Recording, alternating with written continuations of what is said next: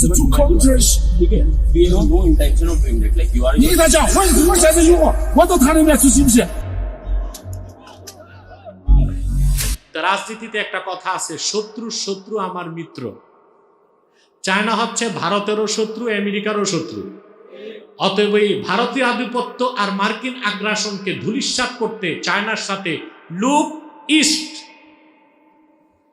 পূর্ব নীতি, look east, পূব দিকে দৃষ্টি দিতে হবে পররাষ্ট্রনীতিবিদদের। দেশকে, সরকারকে চায়নার সাথে মজবুত সম্পর্ক করতে হবে এবং এটা আমি খুব ভালোভাবে দেখেছি। চায়নার সাথে সম্পর্ক মজবুত করতে হবে, আমেরিকাকে ম্যানেজ করতে হবে, আর ভারতকে দিতে হবে শুধু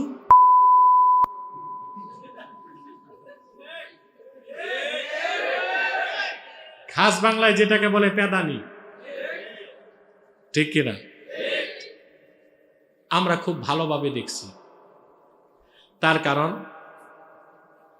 একদিকে বাংলাদেশের সমস্যা হচ্ছে ভারতীয় আধিপত্য। 24 সালের 5ই আগস্টের বিপ্লবের পরে, অভ্যুত্থানের পরে সেই ভারতীয় আধিপত্যবাদের কফিনে এই দেশের মুসলমান পেরেক ঠুকে দিছে। কিন্তু একটা কথা আছে, মালাউন কা বাচ্চা কবি नहीं अच्छा कुछ भी नहीं সুয়ার কা বাচ্চা। এগুলো কোনোদিন ভালো হবে না।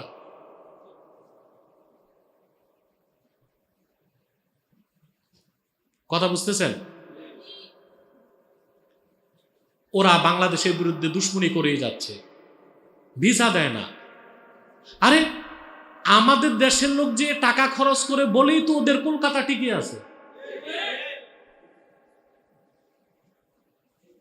আমরা গরু নেওয়া বন্ধ করে দিছি, হাহাকার শুরু করে দিচ্ছে ব্যবসায়ীরা, গরু ব্যবসায়ীরা। আমরা পেঁয়াজ নেওয়া বন্ধ করছি, পেঁয়াজ সব পচে যাচ্ছে। বাংলাদেশি পর্যটক যায় না, কলকাতার হোটেলগুলো শূন্য হয়ে গেছে। তো ভারতীয় আধিপত্য এটা কখনো আর বাংলাদেশে ফিরিয়ে আনা যাবে না। প্রয়োজনে আরেক পাশাপাশি আছে আবার মার্কিন আগ্রাসন। আমেরিকাও চাচ্ছে ইন্দো প্যাসিফিক অঞ্চলে ঢুকতে আর বাংলাদেশকে তার বলয়ে আনতে। কথা বুঝেন না? তো রাজনীতিতে একটা কথা আছে, শত্রুর শত্রু আমার মিত্র। চায়না হচ্ছে ভারতেরও শত্রু, আমেরিকারও শত্রু। অতএব এই ভারতীয় আধিপত্য আর মার্কিন আগ্রাসনকে ধূলিসাৎ করতে চায়নার সাথে লুক ইস্ট, পূর্ব নীতি, লুক ইস্ট, পূব দিকে দৃষ্টি দিতে হবে পররাষ্ট্রনীতিবিদদের। দেশকে, সরকারকে চায়নার সাথে মজবুত সম্পর্ক করতে হবে এবং এটা আমি খুব ভালোভাবে দেখেছি। চায়নার সাথে সম্পর্ক মজবুত করতে হবে, আমেরিকাকে ম্যানেজ করতে হবে, আর ভারতকে দিতে হবে শুধু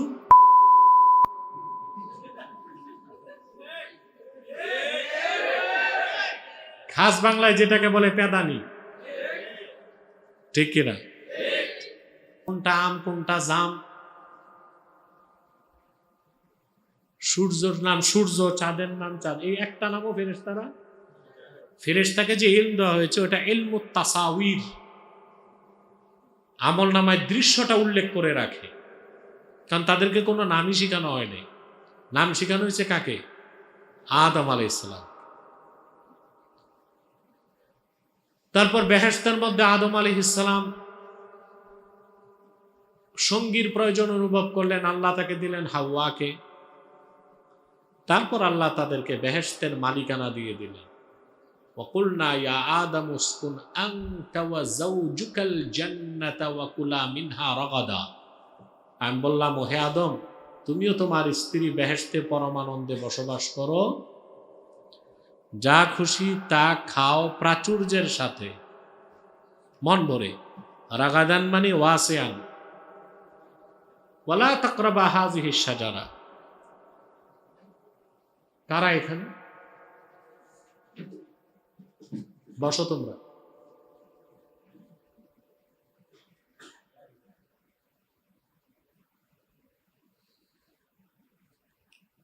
কথা খেয়াল করতেছেন? ওয়ালা তাকরাবা হাযিহিশ শাজারা। আর এই একটি বৃক্ষের কাছেও যেও না।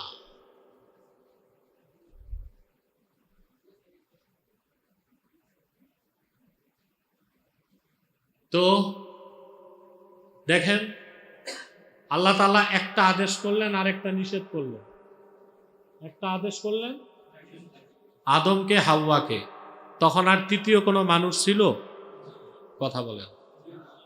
প্রথম ছিলেন একজন, তারপর হইলেন সুবহানাল্লাহ। ইয়া আইয়ুহান নাসু ইন্না খালাকনাকুম মিন যাকারিন ওয়া উনসা, হে মানব জাতি, তোমাদেরকে আমি সৃষ্টি করেছি একজন পুরুষ থেকে একজন নারী থেকে। ওয়াজআলনাকুম শুউবান ওয়া ক্বাবাইলা লিতাআরাফু, অতঃপর বিভিন্ন বংশীয় গোত্রে আমি মানব জাতিকে বিন্যস্ত করেছি যেন পরস্পর পরস্পরকে তোমরা চিনতে পারো। পরস্পর পরস্পরকে, ইন্না আকরামাকুম ইনদাল্লাহি আতকাকুম, নিশ্চয় আল্লাহর কাছে তারই সম্মান মর্যাদা বেশি যার অন্তরে আল্লাহর ভয় বেশি। তো প্রথম ছিলেন মানুষ একজন, তারপর হইলেন দুইজন। হুকুম আসলো ইবাদতের। কিসের? ইবাদত মানে হুকুম মানা, নিষেধ ছাড়া। হুকুম মানা, নিষেধ ছাড়া, এবং নন কন্ডিশনাল আনুগত্য। নিঃশর্ত আনুগত্যের নাম কি? ইবাদত। ইন্না লাফজাতাল ইবাদা মাখুযাতুম মিন তরিকিল মুআব্বাদ আই মুজাল্লাল। জামাকশরীর মতে ইমাম কাশাফি তিনি উল্লেখ করেন যে ইবাদত শব্দটার উৎপত্তি তরিকুল মুআব্বাদ আই মুজাল্লাল। পায়ের আঘাতে পথ হয় না? এই পথ কেউ বানায় না? পায়ের আঘাতে হয়। চলতে চলতে পদাঘাতে সৃষ্ট পথ তরিকুল মুআব্বাদ। ওর নিজের কোনো ইচ্ছা নাই। আল্লাহর বিধানের সামনে বান্দা তার ইচ্ছাকে সবটুকুন স্যাক্রিফাইস করে দিবে। বান্দার কিছু চাওয়া নাই, পাওয়া নাই, কন্ডিশন নাই, শর্ত নাই। বিনা শর্তে আল্লাহর আনুগত্য গ্রহণ করার নাম হচ্ছে ইবাদত। এই ইবাদত শুরু হলো কই? জোরে ব্যাস। আল্লাহ বললেন সব খাও, আর এই একটা আদেশ। আরে কথা বলেন, কথা বলেন। একটা আদেশ, শুরু হলো কি? কোথায়? তারপর তো দীর্ঘ ঘটনা, সেটা তো বলার টাইম নাই। তাহলে তো আমি সাবজেক্ট থেকে অনেক দূরে সরে যাব। শয়তানের প্ররোচনা একটা ভুল করলেন আদম আলাইহিস সালামের স্ত্রী, আর স্ত্রীর অনুরোধে তিনিও ভুলটা করেই ফেললেন। গুনাহ করছেন এটা আমরা বলতে পারি না, পাপ করছেন এটা আমরা বলতে পারি না। পিতা যদি ভুলও করে, সন্তান কি পিতার ভুল ধরে? কথা বলেন। বাবা যত বড় পাপী হোক, সন্তান কি তার মুখে বলতে পারে পাপ করছে? কথা বলেন। এটা আদবদার সন্তানদের মুখে আসতে, আর দোষটা তো আল্লাহ তাআলা নিজে আদমকে দেন নাই, দিয়েছেন শয়তানকে। ওয়াজাল্লাহুমা শায়তানু আনহা। আদম হাওয়াকে বেহেশত থেকে বের করছে কে? শয়তান। তা আমাদের মধ্যে কিছু পাগল ছাগল আছে, শয়তানকে দোষ দেন না, দোষ দেয় বাবা আর মাকে। আছে কি না? এরকম অনেক ভুল তফসিল লেখা হয়েছে, এগুলো আমাদের বাদ দিতে হবে, ঠিক কিনা? দোষ দায়ী যে কে? কোরআন শরীফে আছে। শয়তানকে দায় দেয় না, দায় দেয় কাকে? বাবা মা। চলে আসলেন আদম আলাইহিস সালাম দুনিয়ায়। তিনি এক জায়গায়, স্ত্রী হাওয়া আরেক জায়গায়, একজন জেদ্দাতে আরেকজন শ্রীলঙ্কাতে। শুরু হলো আদম আলাইহিস সালামের তওবা। শত শত বছর তওবা করার পরে রাসূলুল্লাহ সাল্লাল্লাহু আলাইহি ওয়াসাল্লামের ওসিলা ধরার কারণে আল্লাহ তাআলা আদম ও হাওয়ার তওবাকে কবুল করে নিয়েছে। মারফু মুত্তাসিল সনদে 5টি সহিহ হাদিস পাওয়া যায়। কয়টি? মুআজ্জাম তাবারানীতে, মুস্তাদরাক আলা সাহিহাইনে হাদিসগুলোকে বিগার সানাদ মতন হিসেবে উল্লেখ করছেন কাসতালানি মাওয়াহিবুল লাদুনিয়াতে, এবং শারহে মাওয়াহিবের মধ্যে হাদিসগুলো তাখরিজ সহকারে উল্লেখ আছে। আদম আলাইহিস সালাম আল্লাহকে বলছেন, আল্লাহ মুহাম্মদ সাল্লাল্লাহু আলাইহি ওয়াসাল্লামের খাতিরে আমার গুনাহ মাফ করো। আল্লাহ তাকে বলছেন, কাইফা আরাফতা মুহাম্মাদা সাল্লাল্লাহু আলাইহি ওয়াসাল্লাম ওয়া লাম আখলুকহু, মুহাম্মদ সাল্লাল্লাহু আলাইহি ওয়াসাল্লামকে তুমি চিনলা কেমন করে, আমি তো এখনো ওনাকে পাঠাই নেই দুনিয়ায়। আদম আলাইহিস সালাম বলছেন, আল্লাহ বেহেশতে সাজদা থেকে মাথা তুলে তোমার আরশুল্লাহিল আযীমে তাকায় আমি দেখেছি তোমার নামের সাথে মুহাম্মদ সাল্লাল্লাহু আলাইহি ওয়াসাল্লামের নাম লেখা। এটা কয়টা সহিহ সনদে আছে হাদিস? 5টা। যে কোনো বিষয়ে একটা সহিহ হাদিস দলিলের জন্য যথেষ্ট। বর্ণচোরা কিছু মৌলবী আছে, মূলত যারা তাইমিয়াপন্থী, এরা সহিহ হাদিসগুলোকে সামনে আনে না, মওজুগুলো উল্লেখ করে। মওজু হাদিসগুলো সামনে এনে বলতে চায় বিষয়টা মওজু, কিন্তু এই ব্যাপারে যে সহিহ হাদিস আছে এটা তো তুলে ধরতে হবে। কথা বলেন।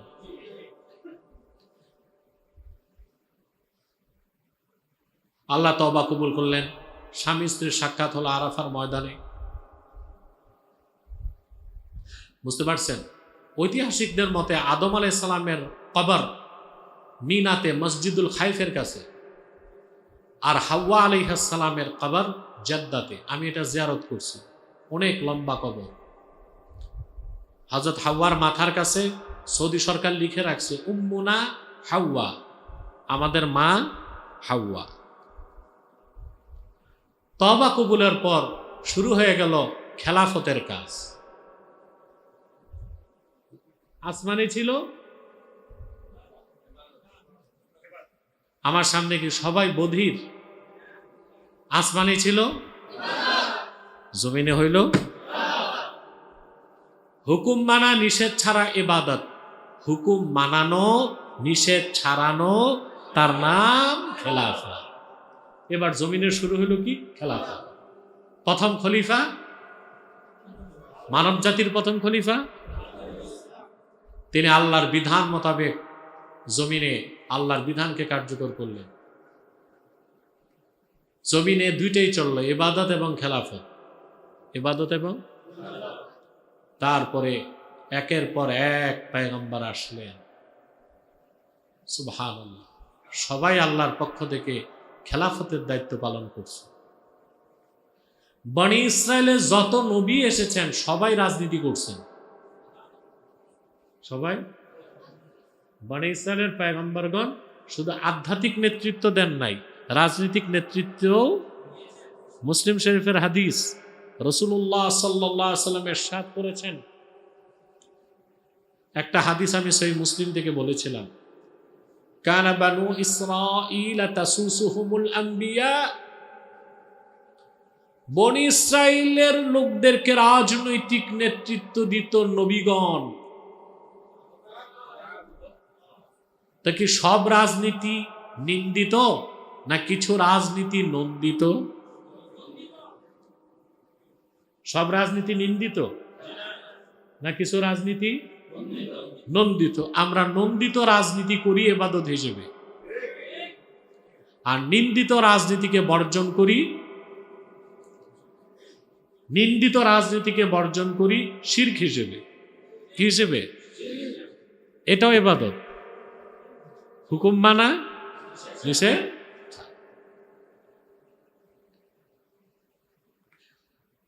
আমাদের দেশে আলেম ওলামা পীর মাশায়েখদের ভুল মেসেজ মানুষের কাছে যায়। খেলাফার কথা, ইসলামী রাজনীতির কথা বললে মানুষ বিভ্রান্ত হয়ে যায়। কারণ পীর মাশায়েখগণ বড় ব্যানারে লিখে রাখেন যে আমাদের দরবার শরীফ অরাজনৈতিক, রাজনীতি মুক্ত। অনেক পীর সাহেবের আস্তানায় গেলে শর্ত থাকে আলোচককে, রাজনৈতিক কোন আলাপ করবেন না। এ কেমন কথা? এটা গাদ্দারি না? পীর সাহেবরা বলবেন রাজনীতি করা যাবে না, বক্তাদেরকে বলবে রাজনীতির কথা বলা যাবে না, কিন্তু রাজনৈতিক নেতারা ঠিকই আসতেছে, উপঢৌকন দিচ্ছে, তা আবার নেওয়া হচ্ছে। তাহলে কৌশলটা হচ্ছে রাজনীতি করলে তো সব দলের লোক আসবে না, আর অরাজনৈতিক কথা বললে সব দলের হাদিয়া তোহফা উপঢৌকন সব আসতে থাকবে। এটা হচ্ছে একটা শুভঙ্করের ফাঁকি, ঠিক না? অথচ ইসলামী রাজনীতি, খেলাফার রাজনীতি ও রাষ্ট্র ব্যবস্থা অস্বীকার করলে কুফর। এটা কি কথা বুঝতেছেন? তাহলে বনি ইসরায়েলীদেরকে রাজনৈতিক নেতৃত্ব দিত কারা? তাদের রাজনীতি কি ছিল? নিন্দিত রাজনীতি না নন্দিত রাজনীতি? করতে পারি না ব্যর্থতা, বিশ্বাস তো রাখতেই হবে। বিশ্বাস, রাসূলুল্লাহ সাল্লাল্লাহু আলাইহি ওয়াসাল্লাম বলেছেন, কুল্লামা হালাকা নাবিয়্যুন খালাফাহু নবী। বনি ইসরায়েলের একজন নবী চলে যেতেন, আরেকজন এসে দায়িত্ব নিতেন। ফাইন্নাহু লা নাবিয়্যা বাদি, কিন্তু আমি মুহাম্মদ সাল্লাল্লাহু আলাইহি ওয়াসাল্লামকে প্রেরণ করে আল্লাহ তাআলা নবুয়তের রিসালাতের দরজা বন্ধ করে দিয়েছেন। আমার পরে কিয়ামত তক কোনো নবী নাই, রাসূল নাই। ফাসায়াকুনু খুলাফা, আমার উম্মতের রাজনৈতিক নেতৃত্ব দিতে অসংখ্য খলিফা হবে। সে প্রথম খলিফা হযরতে আবু বকর সিদ্দিক কে? উনি নির্বাচিত হয়েছিলেন কি ইলেকশনে? নির্বাচনে? অনেকে অপব্যাখ্যা দেয়, বলে খোলাফায়ে রাশিদিন নাকি নির্বাচন করছেন। নির্বাচনী পদ্ধতিতে তারা নির্বাচিত হয়েছেন। নাউজুবিল্লাহ। এই গর্ধবগুলো কোন ইতিহাস পড়ছে আল্লাহ তাআলাই ভালো জানেন। আমার মনে হয় যে শিয়া লেখক ছিল Amir Ali, barrister, the spirit of Islam লেখছে না? Amir Ali, barrister Amir Ali, mister Hitti, এদের ইতিহাস পড়লে কি সঠিকটা পাওয়া যাবে? ইতিহাস পড়তে হবে আল বেদায়া ওয়ান নেহায়া, তারিখ ইবনে আসাকির, ঠিক না? তারিখ ইবনে জারির আত-তাবারি, মৌলিক ইতিহাসের কিতাবগুলো পড়তে হবে।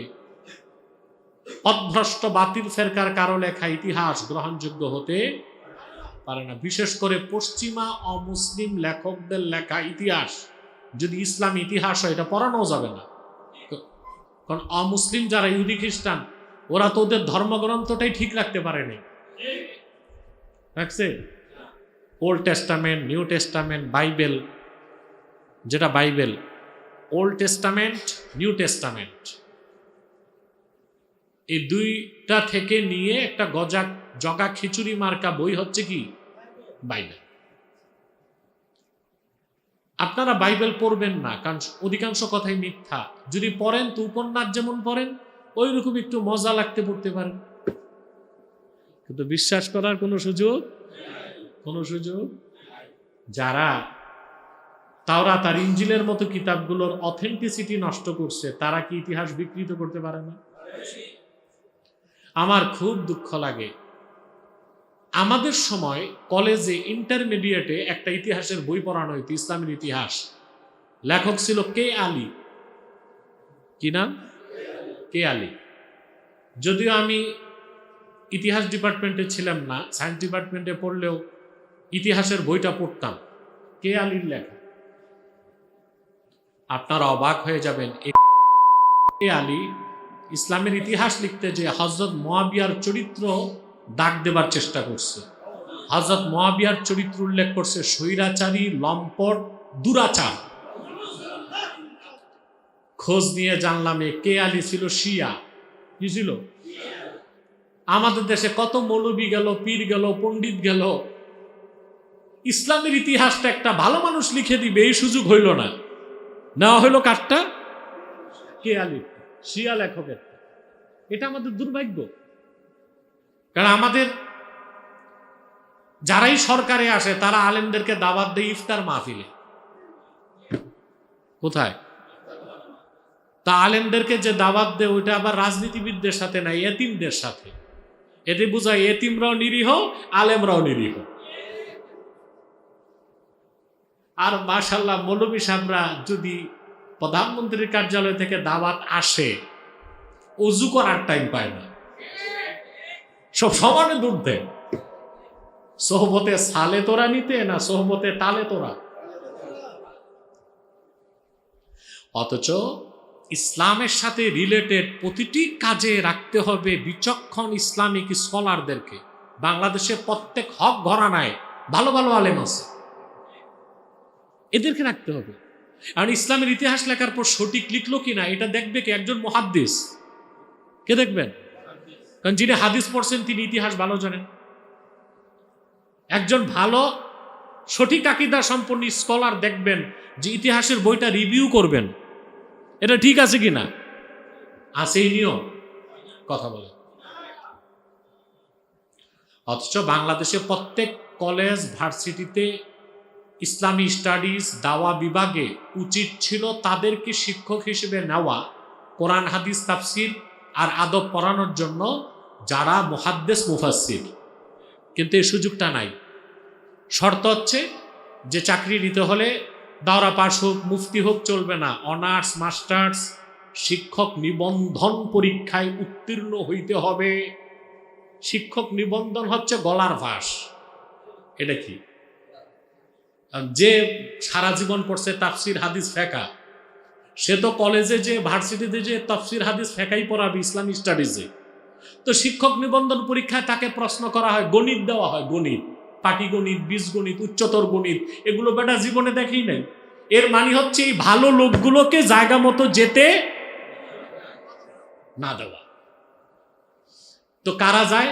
যারা আলিয়াতি কিছু পড়ছে, কওমিতে মোটামুটি পড়ছে, মোটামুটি, এটা হচ্ছে মাস্টার কাম মৌলবি, মাস্টার কাম মৌলবি। এটা না মৌলবি না মাস্টার না কিছু বুঝে, কিন্তু সার্টিফিকেট আছে।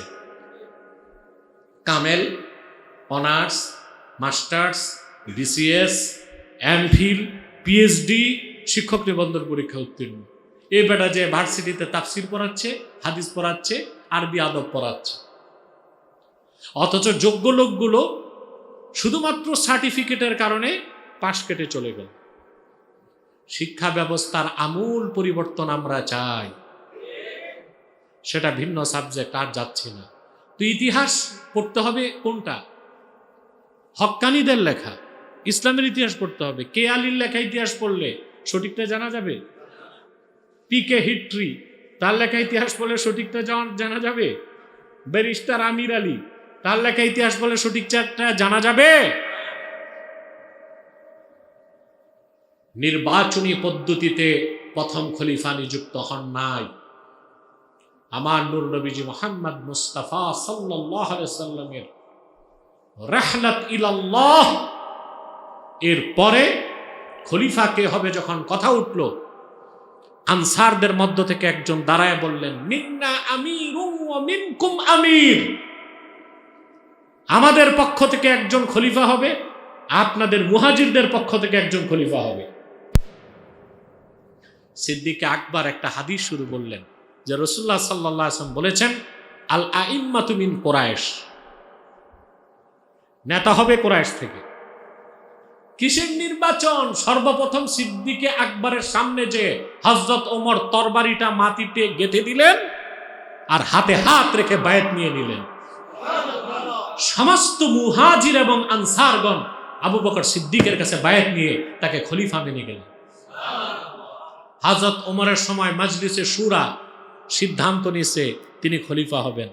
হযরত ওসমানের সময় মাজলিসে শুরা, হযরত আলীর সময় মাজলিসে শুরা, সেটাকে বড়জোর সিলেকশন বলা যায়। কি ইলেকশন না, সিলেকশন হচ্ছে ভালো মানুষেরা সবচেয়ে ভালো মানুষকে নেতা বানায়। ইলেকশন হচ্ছে ভাইস চ্যান্সেলর মাথার যেই দাম, মুসির মাথার সেই দাম। এখানে মাথার কোয়ালিটি দেখা হয় না, কোয়ান্টিটি দেখা হয়।